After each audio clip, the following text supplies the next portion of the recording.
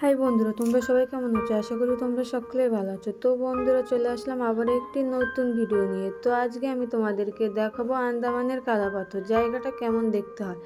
তো বন্ধুরা, আমি জায়গাটা ঘুরে ঘুরে দেখছি, তোমরা দেখতে থাকো ভিডিওটা। অবশ্যই তোমাদের ভালো লাগবে। আর তোমরা যারা যারা এই জায়গাটা দেখতে চাও তারা কিন্তু আন্দামানে চলে আসতে পারো, তাহলেই কিন্তু এই জায়গাটা দেখতে পাবে।